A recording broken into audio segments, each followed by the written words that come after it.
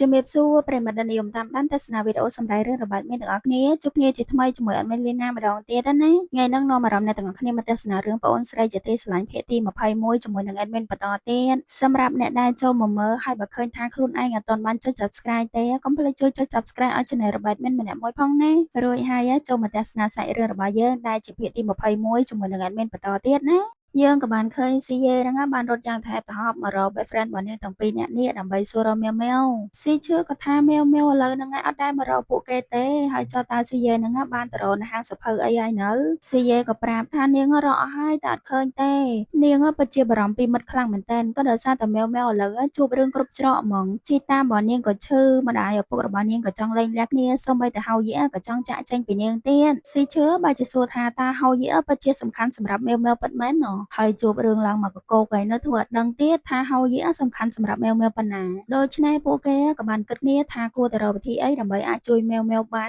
ណាស៊ីយេក៏សួរមកទៅវិញតើពួកឯងហ្នឹងចង់ធ្វើអីអាចជួយរារាំងការលែងលះរបស់ប៉ាម៉ាក់មាវមាវបានអត់អាចជួយលោកតានាងឲ្យឆាប់ជាបានអត់ឬក៏អាចជួយហៅយេកុំឲ្យគេចាក់ចែងបានអត់លើដល់សំណួរអស់ហ្នឹងស្រាប់តែស៊ីឈឿហ្នឹងគេក៏សញ្ជឹងគិតបន្តិចព្រោះគេក៏និយាយថាគេនឹងធ្វើរឿងមួយដើម្បីរារាំងហៅយេឲ្យចាក់ចែងគ្រប់គ្នាលើហើយហ្នឹងហើយយើងភ័យដែរខ្លាចថាគេនឹងធ្វើរឿងអីឆោតល្ងងបន្តទៀតណាប៉ុន្តែស៊ីឈឿហ្នឹងគេថាគេមានកម្រងគេហើយឥឡូវមានតែចាំមើលសិនក្រោយមកទៀតយើងក៏បានឃើញស៊ីឈឿហ្នឹងបានហៅហៅយេមកជួបគេនៅលើតពលអគារសាលាដោយគេចង់សួរបញ្ជាក់ថាតើហៅយេពិតជាចង់ចាក់ចែងមែនក៏អីហៅយេក៏សួរបកទៅវិញចុះក្រែងគេហ្នឹងចង់ឲ្យខ្លួនចាក់ចែងដែរតើអីស៊ីឈឿក៏តបមកវិញថាហៅយេចាក់ចែងគេប្រកាសជាសប្បាយចិត្តហើយប៉ុន្តែសម្រាប់មាវមាវនាងប្រកាសជាមិនសប្បាយចិត្តទេហៅយេបានត្រឹមតែនិយាយថាគេសង្ឃឹមថាពេលដែលគេចាក់ចែងទៅមាវមាវនឹងរស់នៅបានល្អជាងនេះតែប៉ុណ្ណោះលើពាក្យទាំងអស់ហ្នឹងហើយស៊ីឈឿគេរៀងមើលចិត្តដែរណាព្រោះហៅយេហាក់ដូចជាមិនខ្វាយខ្វល់ពីអារម្មណ៍របស់មាវមាវតតែសោះអីដែលគេគិតហ្នឹងគឺគិតថាឲ្យតែគេចាក់ចែងមាវមាវដឹងតែរស់នៅបានសុខជាងហ្នឹងហើយដល់អញ្ចឹងស៊ីឈឿហ្នឹងក៏ឌឺដងឲ្យគេតែម្ដងថាបើសិនជាហៅយេចាក់ចែងទៅគេនឹងឆក់យកឱកាសដើម្បីមើលថែមាវមាវហើយណាព្រោះថាបើគ្មានវត្តមានហៅយេទេមាវមាវច្បាស់ជានឹងស្រឡាញ់គេមិនខានឡើយចេញពីហ្នឹងក៏បានឃើញស៊ីឈឿហ្នឹងអង្គុយបត់យន្តហោះកណ្ដាស់ឡើងច្រើនគូឃើញអញ្ចឹងគេឆ្ងល់ឡងគេក៏បានចូលមកសួរនាំថាគេធ្វើដើម្បីអីស្រាប់តែស៊ីឈឿក៏ប្រាប់ថាគឺគេចង់សារភាពគូក៏សួរម្ដងទៀតហើយម្ដងទៀតអីស៊ីឈឿបានបញ្ជាក់ច្បាស់ណាស់ថាលើកហ្នឹងគឺអត់ដូចលើកមុនទេអ្វីត្បិតតែហៅយេចាក់ចេញទៅគេនឹងសប្បាយចិត្តប៉ុន្តែគេក៏ចង់ឲ្យមាវមាវសប្បាយចិត្តដូចគ្នាហើយគេមានផែនការធ្វើយ៉ាងណាឲ្យហៅយេអាចស្នាក់នៅទីនេះបន្តដើម្បីមាវមាវណាតែនិយាយមុនហ្នឹងថានឹងទៅដើមមាវមាវឥឡូវបែរជាធ្វើឲ្យពីរអ្នកហ្នឹងបាននៅក្បែរគ្នាទៅវិញអត់យកចិត្តស៊ីឈឿនេះចំណែកឯមាវមាវកំពុងតែនៅទាំងអង្គុយញ៉ាំបាយពីអ្នកប៉ាហ្នឹងទឹកមុខនាងឡើងសពូនក៏ព្រោះតែនាងអត់ដឹងថាតើត្រូវនិយាយលាគ្នាជាមួយនឹងហៅយេបែបណាទេប៉ាមាវមាវក៏និយាយថានាងដូចគាត់កាលពីក្មេងអញ្ចឹងគឺអត់សូវមានភាពក្លាហានក្នុងការធ្វើអីមួយទេតែមាវមាវក៏តបទៅវិញថានាងគិតអញ្ចឹងទេក៏ព្រោះតែប៉ារបស់នាងគឺជាវីរបុរសសម្រាប់នាងដល់អញ្ចឹងបានគាត់និយាយតបមកកូនវិញថាតាមពិតទៅភាពក្លាហានហ្នឹងគឺស្ថិតនៅលើយើងតើក្រោយមកទៀតប៉ាមាវមាវក៏បាននាំនាងទៅកន្លែងមួយហើយគាត់ហ្នឹងបានយករបស់របរឲ្យកូនជួយកាន់ផងអីផងឡើងមកដែរដល់ពេលគាត់បានមកទើបដឹងថានៅក្នុងហ្នឹងគឺសុទ្ធតែជាគ្រាប់រ៉ាកែតដែលគាត់បានកែច្នៃលេងកាលពីតូចៗណាគឺថាគាត់ចង់ឲ្យកូនបាញ់គ្រាប់រ៉ាកែតនឹងលេងទៅរាល់ទុក្ខសោកបញ្ហារបស់នាងឲ្យវារសាត់អណ្ដែតទៅតាមនឹងទៅរួចហើយក៏ឲ្យកូនទៅសេពាក្យពេចន៍ដែលនាងចង់បោះចោលទៅលើគ្រាប់រ៉ាកែតមួយហ្នឹងណាហើយអីដែលនាងទៅសេហ្នឹងគឺទៅសេថាជាងហៅយេលីអីចំណែកប៉ានាងវិញគាត់បែរជាទៅសេសុំឲ្យប្រពន្ធរបស់គាត់ហ្នឹងត្រឡប់មកផ្ទះវិញទៅសេរួចរាល់ហើយពីអ្នកប៉ាកូនហ្នឹងក៏បានមកបាញ់គ្រាប់រ៉ាកែតហ្នឹងជាមួយគ្នាអីចឹងទៅហើយគ្រាន់តែរាប់1 2 3គឺថាបាញ់ឆ្វាច់ទៅហ្មងណាមើលទៅឡើងលយមួយយ៉ាងដែរតើអ្នកទាំងអស់គ្នាហើយពីអ្នកប៉ាកូនហ្នឹងក៏បានលេងសើចសប្បាយជុំគ្នាបានមួយគ្រាទៅថ្ងៃថ្មីនៅសាលារៀនយើងក៏បានឃើញស៊ីឈឿជាមួយនឹងគូគួនហ្នឹងលបលធ្វើអីមិនដឹងទេពួកគេសុទ្ធតែយកកែវឆ្លុះមកឆ្លុះមើលថាតើមាវមាវហ្នឹងដើរដល់ណាទៀតណហើយគ្រាន់តែឃើញនាងដើរជិតមកដល់ភ្លាមពួកគេទាំងពីរអ្នកក៏បានយកយន្តហោះกระดาษដែលស៊ីឈឿបានធ្វើហ្នឹងចាក់ពីលើចុះមកក្រោមដែលបង្កទៅជាទស្សនវិជ្ជាមួយយ៉ាងស្រស់ស្អាតខ្លាំងមែនតើយន្តហោះហ្នឹងក៏ហោះឡើងពេញហ្នឹងក៏បានផ្អើលឈូឆរទាំងសិស្សគ្រប់គ្នាហ្នឹងនាំគ្នាមកមើលឡើងប្រងព្រាតចំណែកស៊ីឈឿគេក៏បានយកមីក្រូហ្នឹងមកស្រែកហៅមាវមាវដោយនិយាយទៅកាន់នាងថាតើនាងដឹងអត់ថានៅលើពិភពលោកហ្នឹងមានប្រទេសចំនួនប្រមាណគឺមានដល់ទៅ195ប្រទេសឯណោះយើងអត់ដឹងថាត្រូវធ្វើម៉េចឲ្យឯងសប្បាយចិត្តទេទៅយើងធ្វើយន្តហោះกระดาษទាំងអស់ហ្នឹងឡើងសង្ឃឹមថាឯងនឹងសប្បាយចិត្តហើយមិនថាប្រទេសណាដែលឯងទៅដល់ទេទីនោះនឹងក្លាយជាដំណើរកម្សាន្តដ៏ល្អឥតខ្ចោះសម្រាប់ឯង Mèoក៏បានរើសយន្តហោះกระดาษមួយហ្នឹងយកមកបើកមើលហើយក៏ស្រែកទៅប្រាប់ស៊ីឈើវិញថានាងនឹងទៅប្រទេសមរកូហើយមិនមែនមានតែmèoទេអ្នកផ្សេងទៀតហ្នឹងក៏បាននាំគ្នាត្រេកអររើសមើលគ្រប់គ្នាផងដែរពេលហ្នឹងស៊ីឈើដែលនៅខាងលើគេរៀបតែនឹងនិយាយសារភាពថាគេស្រឡាញ់mèoហើយហ្នឹងស្រាប់តែមីក្រូរបស់គេហ្នឹងក៏លែងឮបដ ாய் mèoក៏សួរតបទៅគេវិញថាមុនហ្នឹងគេនិយាយអីនាងស្ដាប់អត់ឮទេហើយឲ្យគេចាំនាងនៅក្នុងអីចាំនាងឡើងទៅរកគេនៅក្នុងចំណោមមនុស្សជាច្រើនក៏មានស៊ីយាយើងផងដែរហើយនាងក៏បានរើសយកយន្តហោះกระดาษមួយដែលនៅក្នុងហ្នឹងទៅសេថា Switzerland នាងក៏បានរក្សាវាទុកនៅក្នុងសភៅរបស់នាងឬមួយក៏នេះគឺជាទីតាំងដែលនាងចង់ទៅដែរទៅនៅម្ខាងទៀតហៅយីក៏បានមកឈរជាមួយគេជាមួយឯងនៅនឹងដែរគេក៏បានរើសយកយន្តហោះกระดาษមួយដូចគ្នាហើយគេក៏សម្ដៅដល់ទៅរកស៊ីឈើផងដែរលុះពេលដែលmèoឡើងមកដល់គឺនាងអត់បានឃើញហៅយីនៅពីក្រោយខ្នងទេគឺបានឃើញត្រឹមតែស៊ីឈើនៅចំពោះមុខនាងតែប៉ុណ្ណោះនាងក៏បានដើរទៅបំរុងនឹងដាល់គេនឹងសួរថាគេចង់និយាយអីប៉ុន្តែត្រូវបានស៊ីឈើហ្នឹងចាប់ដៃនាងឡើងជាប់ស៊ីឈើក៏បានឃើញហៅយីផងដែរប៉ុន្តែគេហ្នឹងគឺនៅតែនិយាយគឺគេបានសារភាពប្រាប់mèoថាគេស្រឡាញ់នាងmèoក៏ថាស៊ីឈើហ្នឹងគេនិយាយលេងសើចចុះនាងក៏ប្រុងដើរចេញទៅប៉ុន្តែគេក៏ចាប់ដៃនាងត្រឡប់មកវិញបើនិយាយពីហៅយីពេលហ្នឹងគេរៀងខឹងដែរប៉ុន្តែអត់ហ៊ានចូលមកថាអីឲ្យពីអ្នកហ្នឹងទេបានត្រឹមតែដើរចេញតែប៉ុណ្ណោះចំណែកឯស៊ីឈើហ្នឹងគេក៏បញ្ជាក់ម្ដងទៀតថាគេពិតជាស្រឡាញ់នាងពិតមែនចុះតើនាងស្រឡាញ់គេវិញអត់ពេលហ្នឹងហើយទៅmèoក៏ប្រាប់គេថាឲ្យនាងសុំទោសផងក៏ព្រោះតែនាងមានមនុស្សដែលនាងចូលចិត្តហើយហ្នឹងលើអញ្ចឹងចាប់ផ្ដើមធ្លាក់ទឹកមុខបដ ாய்សារភាពស្នេហ៍ត្រូវបានគេបដិសេធបាត់ប៉ុន្តែស៊ីឈើក៏បែរជាធ្វើជានិយាយលេងសើចថាគឺគេនិយាយលេងតើថែមទាំងធ្វើត្រាប់តាមទឹកមុខនាងមុននឹងទៀតផងនិយាយទៅធ្វើឲ្យគេខ្នាញ់យកហ្មងអាប៉ែហ្នឹងប៉ុន្តែសម្រាប់ admin គិតថាទង្វើមួយហ្នឹងគឺស៊ីឈើគ្រាន់តែប្រឡប់តែប៉ុណ្ណោះខ្លាចថានឹងត្រូវខ្មាស់គេណាចំណែកហោយាពេលដែលត្រឡប់មកដល់ផ្ទះវិញអារម្មណ៍កំពុងតែមិនល្អស្រាប់ផងស្រាប់តែបានឃើញថានៅក្នុងផ្ទះហ្នឹងទូមួយណាក៏ត្រូវបានជាប់សោដែរសូម្បីតែបន្ទប់របស់គេហ្នឹងឲ្យបានឡើងអញញ៉ៃពេញនឹងតែទាំងអស់ឃើញភ្លាមក៏ដឹងបាត់ទៅហើយច្បាស់ជាស្នាដៃរបស់ប៉ាគេហ្នឹងហើយដល់ពេលសួរទៅគាត់គ្រាន់តែនិយាយថាឯងរៀបចំប្រវត្តិទៀតទៅគ្រាន់តែបញ្ជាក់ទេថាឯងអាចយកអីចេញពីផ្ទះហ្នឹងបានទេហើយយាលឺអញ្ចឹងគេឡងខឹងហ្មងណាមិនក៏គាត់ហ្នឹងធ្វើដាក់គេបែបហ្នឹងប៉ុន្តែដល់ពេលយើងមើលទឹកមុខប៉ាគេទៅហាក់ដូចជាគាត់ហ្នឹងខំចង់ឲ្យហៅយាចាក់ចេញពីគាត់ដែរចំណែកmèoនៅហាងសភៅជាមួយនៅស៊ីយ៉ែណែវិញនាងកំពុងតែនិយាយពីរឿងដែលស៊ីឈើហ្នឹងមកលេងសើចជាមួយនាងណាដល់ពេលនិយាយគ្នាចុះឡើងទៅស៊ីយ៉ែហ្នឹងគឺថាទ្រាំលេងបានទៀតហើយនាងក៏សារភាពប្រាប់mèoតាមត្រង់ថាគ្រប់យ៉ាងហ្នឹងស៊ីឈើមិនមែននិយាយលេងទេនៅចាំបាននៅថ្ងៃដែលប្រកួតរបស់សាលានោះអត់គឺគេហ្នឹងចង់សារភាពស្នេហ៍ប្រាប់mèoនៅពេលនោះដែរប៉ុន្តែត្រូវបានរារាំងដោយហៅយានិយាយទៅរឿងដែលស៊ីឈើស្រឡាញ់mèoគឺជាការពិតហើយmèoហ្នឹងគឺកាន់តែ surprise ព្រោះថាមិនមែនតែស៊ីយ៉េដឹងទេសូម្បីតែគូហ្នឹងក៏ដឹងដែរអត់តែmèoម្នាក់ឯងតែប៉ុណ្ណោះរួចស៊ីយ៉េក៏បានសួរmèoបន្តទៀតថាតើនាងនឹងធ្វើអីដើម្បីឲ្យចុះសម្រុងជាមួយនឹងហៅយាវិញmèoក៏កវីក្បាលហ្មងព្រោះថានាងអត់ដឹងត្រូវនិយាយអីគេទេព្រោះបើសិនជាឲ្យនាងទៅសារភាពស្នេហ៍ដាក់គេហើយគេអត់ស្រឡាញ់នាងវិញហើយឲ្យនាងធ្វើពុតជាអត់មានរឿងអីកើតឡើងហ្នឹងគឺនាងធ្វើមិនបានទេនិយាយគ្នាចុះឡើងmèoក៏ចាប់អារម្មណ៍ឃើញសភៅបន្ទុករបស់ស៊ីយ៉េក៏ឃើញថាឈូវៃហ្នឹងគេបានបន្ទុកឡើងពេញហើយក៏សួរនាងថាតើនាងបានសារភាពស្នេហ៍ហើយនៅលើអញ្ចឹងស៊ីយ៉េហ្នឹងក៏សួរបកវិញសារភាពអីគេmèoក៏ថាខ្លួនឯងអ្នកនិយាយតើថាបើសិនជាមនុស្សប្រុសណាដែលមានបន្ទុកពេញសភៅរបស់នាងនោះនាងនឹងសារភាពស្នេហ៍ទៅកាន់ម្នាក់នោះត្រូវអត់ដល់ស្អែកឡើងស្រាប់តែបានឃើញស៊ីយ៉េហ្នឹងមកហាមកាហ្វេដើម្បីរង់ចាំណាគេម្នាក់នាងថែមទាំងបានត្រៀមកាដូមួយថែមទៀតផងមួយសន្ទុះក្រោយមកអ្នកដែលមករកនាងគឺជាឈូវៃមកដល់ភ្លាមនាងក៏បានហុចកាដូនឹងទៅឲ្យគេដល់ពេលឈូវៃបើកមើលក៏ឃើញថានៅក្នុងហ្នឹងគឺជាកសែងមួយស៊ីយ៉េក៏ប្រាប់ថានេះគឺជាកាដូសម្រាប់សារភាពដែលធ្វើឲ្យឈូវៃចាប់ផ្ដើមឆ្ងល់ហើយតើនាងចង់សារភាពអីគេទើបស៊ីយ៉េក៏ប្រាប់ទៅថានាងបានធ្វើតារាងវាតម្លៃមនុស្សប្រុសនៅក្នុងសាលារបស់នាងហើយឈូវៃគឺជាមនុស្សតែម្នាក់ដែលបានបន្ទុកពេញនៅក្នុងតារាងរបស់នាងចឹងហើយទើបតម្រូវឲ្យនាងសារភាពស្នេហ៍ទៅកាន់គេអីចឹងណាដល់អញ្ចឹងឈូវៃគេក៏បដិសេធអត់ទទួលយកកាដូនឹងទេក៏ព្រោះតែគេដឹងថានេះមិនមែនជាក្តីស្រឡាញ់ពិតប្រាកដរបស់ស៊ីយ៉េមកកាន់គេទេ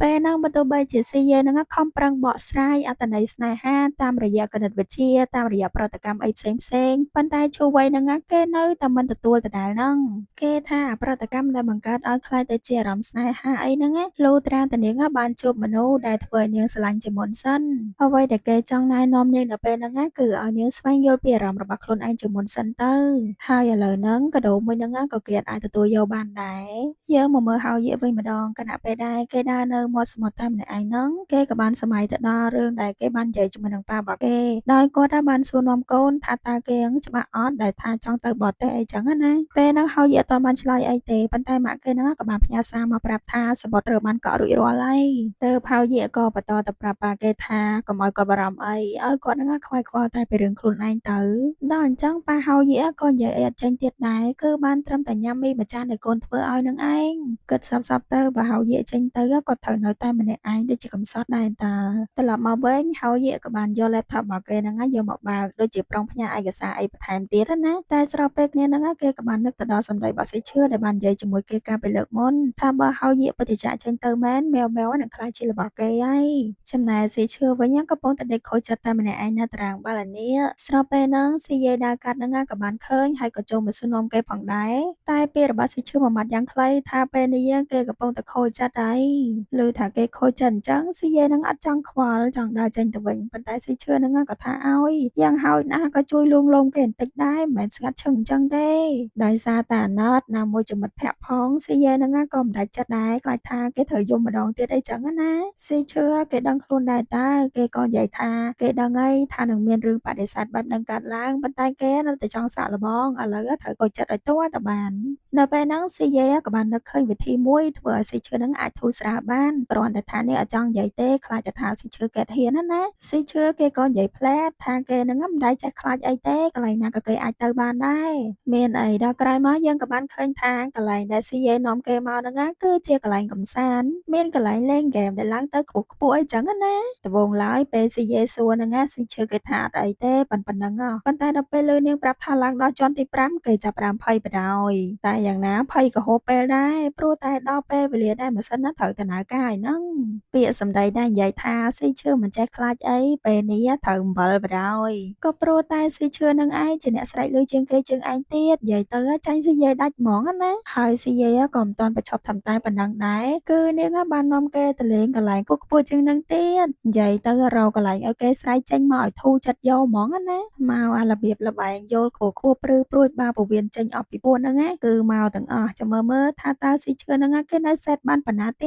តក្រោយពីពួកគេលេងអស់ចិត្តអស់ចង់ហើយពេលចុងវិញហ្នឹងខាងស្រីទៅជាមិនអីទេប៉ុន្តែមើលស៊ីឈឿទៅគឺតែឡើងទ្រុឌទ្រោមអស់ហើយនេះហើយដោយសារតែមុនហ្នឹងគេលេងលបែងគោះច្រើនអញ្ចឹងគេក៏គិតថាគេគឺក្លាហានណាស់ចុះតើស៊ីយាយហ្នឹងនឹងបោកបន្ទុកបន្ថែមឲ្យគេអត់ស៊ីយាយក៏បដិសេធថានាងលែងមានបោកបន្ទុកអីទៀតហើយក៏ព្រោះតែនាងបានសារភាពស្នេហ៍ទៅកាន់បុរសដែលបានបន្ទុកពេញនៅក្នុងតារាងរបស់នាងហើយក៏ត្រូវគេបដិសេធចឹងហើយនាងលែងចង់ធ្វើរឿងអីអស់ហ្នឹងទៀតហើយគិតថាស្នេហាវាមិនមែនកើតចេញពីការមានបន្ទុកអីអញ្ចឹងទេគឺកើតចេញពីចិត្តរបស់យើងទៅវិញទ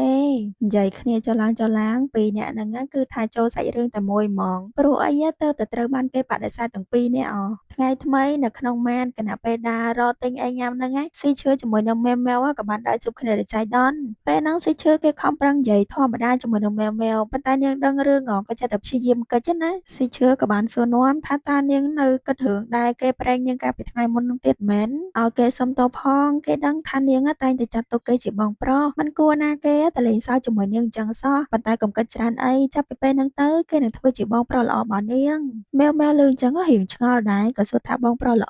ស៊ីឈឿលឺពាក្យហ្នឹងគេក៏ចាប់ផ្ដើមសួរវិញមកចង់ឲ្យគេធ្វើជាបងស្រីមែនមានណាតាមពិតទៅលឺអញ្ចឹងមែវសប្បាយចិត្តសឹងអីហ្នឹងហើយពួកគេទាំងពីរនាក់ហ្នឹងក៏ត្រូវរើគ្នាវិញនឹងឯងក្រោយពីត្រឡប់មកពីម៉ាតទិញបាននំជាច្រើនដើរតាមផ្លូវហ្នឹងមែវក៏បានឃើញហោយាប៉ុន្តែហោយាហ្នឹងគឺព្យាយាមគេចចេញពីនាងទេតើបមែវក៏ត្រូវរត់ទៅតាមព្រោះតែមានរឿងចង់និយាយជាមួយគេណាហើយគ្រាន់តែមកដល់ទល់មុខគ្នាភ្លាមអ្វីដែលមែវចង់និយាយគឺសុំទោសទៅកាន់គេដែលថ្ងៃមុននាងបានស្រែកកំហុសដាក់គេនោះតែហោយាគេក៏តបមកវិញថាមិនចាំបាច់សុំទោសគេទេក៏ព្រោះតែគេក៏ខុសដែរមិនគួរណាគេចង់ចាក់ចេញពីនាងក្នុងស្ថានភាពបែបហ្នឹងសោះតែមែវក៏តបទៅវិញថាមិនមែនចឹងទេក៏ដោយសារតែគេនឹងត្រូវធ្វើអ្វីដែលជារបស់ខ្លួនឯងផងដែរថ្មីត្បិតតែពួកគេនឹងជាមិត្តដែលធំឡើងជាមួយគ្នាក៏ពិតមែនប៉ុន្តែគេមានសិទ្ធិសម្រេចចិត្តណាមួយមិនយូរមិនឆាប់ពួកគេក៏នឹងត្រូវបែកគ្នាដដែលហ្នឹ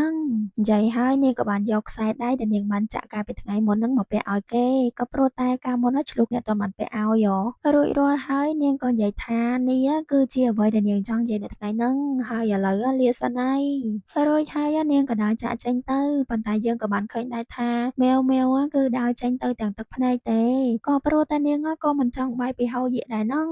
ចេញពីហ្នឹងមៀវក៏បានមកមាត់សមុទ្រតែម្នាក់ឯងកាន់នំឡើងមួយថង់មកជាមួយថែមទៀតផងហើយនាងក៏ចេះតែនិយាយលួងចិត្តខ្លួនឯងថាចាប់ពីពេលហ្នឹងទៅគ្មានវត្តមានគេគឺនាងមានសេរីភាពអីអាចញ៉ាំតែម្នាក់ឯងបានច្រើនជាងមុនហើយក៏មិនចាំបាច់មានអ្នកណាគេមកទឿនឲ្យនាងធ្វើ homework ទៀតដែរហើយក៏មិនចាំបាច់ពិបាកមើលមុខហោយៀពេលដែលនាងរៀនបានបន្ទុកមិនល្អអញ្ចឹងណានិយាយទៅសុទ្ធតែជាពាក្យដែលលួងខ្លួនឯងបោកខ្លួនឯងឲ្យសោតស្រែកចប់ហើយមៀវក៏បានអកកូកាដែលនៅនឹងដបហ្នឹងឡើងអស់លេងប៉ុន្តែពេលដែលនាងទុកដបហ្នឹងខ្យល់ខ្លាំងពេកក៏បានបក់ដបហ្នឹងឲ្យជ្រុះទៅក្រោមដល់អញ្ចឹងហើយនាងក៏បានទៅតាមរើមកវិញពេលហ្នឹងហើយទើបដបហ្នឹងរមៀលទៅដល់កន្លែង laptop ដែលហោយៀហ្នឹងគេបានទុកចោលតែម្ដងហើយលេង laptop មួយទាំងមូលយកមកទុកចោលអញ្ចឹងហ្មងចំណែកមៀវយក laptop ហ្នឹងហើយក៏អង្គុយគិតដែរថាតើគួរបើកមើលឬអត់ណគិតមកសន្ទុះទៅក៏សម្រេចចិត្តថាបើកមើលបន្តិចទៅក៏មិនអីដែរណ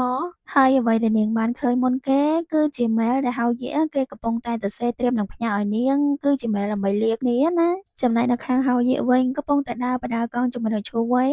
ហ្នឹងក៏ល្អូបដាថាពេលដែលហោយៀនៅគេប្រកាសជាអបសុកស្លាប់ហើយអត់មានណាគេនៅប្រកួតប្រជែងជាមួយគេទៀតទេចឹងណាហោយៀក៏តបទៅវិញថាអីទេយ៉ាងយូរ21ថ្ងៃហ្នឹងគេភ្លេចហើយឈូវៃក៏សួរបកទៅវិញចោះតើពាក្យហ្នឹងបាននិយាយដាក់មៀវអត់លើសំណួរហ្នឹងហោយៀហ្នឹងគេរៀងកាំងដែរតែគេក៏តបទៅវិញថានាងអត់បាននិយាយអីទេនៅស្ងៀមហើយនាងយល់ដោយខ្លួនឯងឈូវៃក៏សួរបន្តទៀតថាតើគេពិតជាចាក់ចេញហើយអត់សោកស្ដាយជាមួយនឹងការសម្រេចចិត្តរបស់គេពិតមែនក៏អីលើសំណួរហ្នឹងហើយហោយៀហ្នឹងចាប់ផ្ដើមគិតទៅដល់សម្ដីមៀវនិយាយជាមួយគេកាលពីថ្ងៃម្ដងទៀតហើយថ្មីត្បិតតែនាងគាំទ្រតាមការសម្រេចចិត្តរបស់គេក៏ពិតមែនប៉ុន្តែស្ដាប់មើលទៅនៅក្នុងពាក្យសម្ដីហ្នឹងគឺនាងកំពុងតែឈឺចាប់ខ្លាំងណាស់ត្រឡប់មកវិញហោយៀគេចាប់ផ្ដើមគិតម្ដងទៀតហើយគេក៏និយាយថាគឺគេចាប់ផ្ដើមសោកស្ដាយហើយរួចគេក៏បានទាញកង់ជីបកត្រឡប់ទៅក្រោយវិញតែម្ដងណាអត់ដឹងថាតើគេទៅណាទេចំណែកឯមៀវគឺថាអង្គុយមើលវីដេអូនៅក្នុង laptop ហ្នឹងឡើងដល់យប់គឺជាវីដេអូដែលហោយៀគេបាន record និយាយលាទៅកាន់មៀវ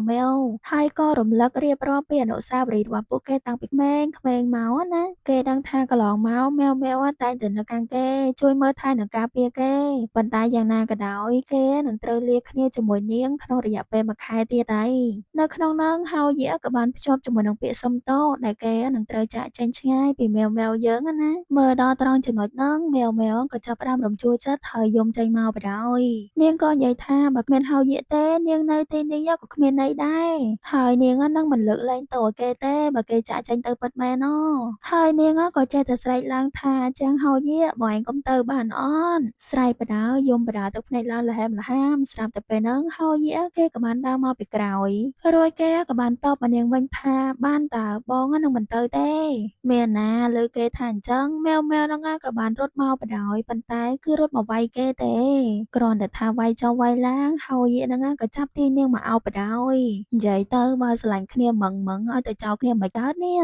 ហើយរឿងរបស់យើងក៏ត្រូវបានស្លេះត្រឹមតែប៉ុណ្ណឹងទៀតហើយណាអ្នកទាំងអស់គ្នាកុំភ្លេចជួយ Subscribe ឲ្យ Channel របស់ Admin ម្នាក់មួយផងណាហើយដាក់រូបកណ្ដឹងផងដើម្បីតាមទាន់វីដេអូដែល Admin ចេញហើយឥឡូវយើងសម្រាប់ត្រឹមតែប៉ុណ្ណឹងសិនចុះណោះរងចាំជួបគ្នាជាមួយ Admin នៅភាគក្រោយអរគុណច្រើនណាស់បាយបាយ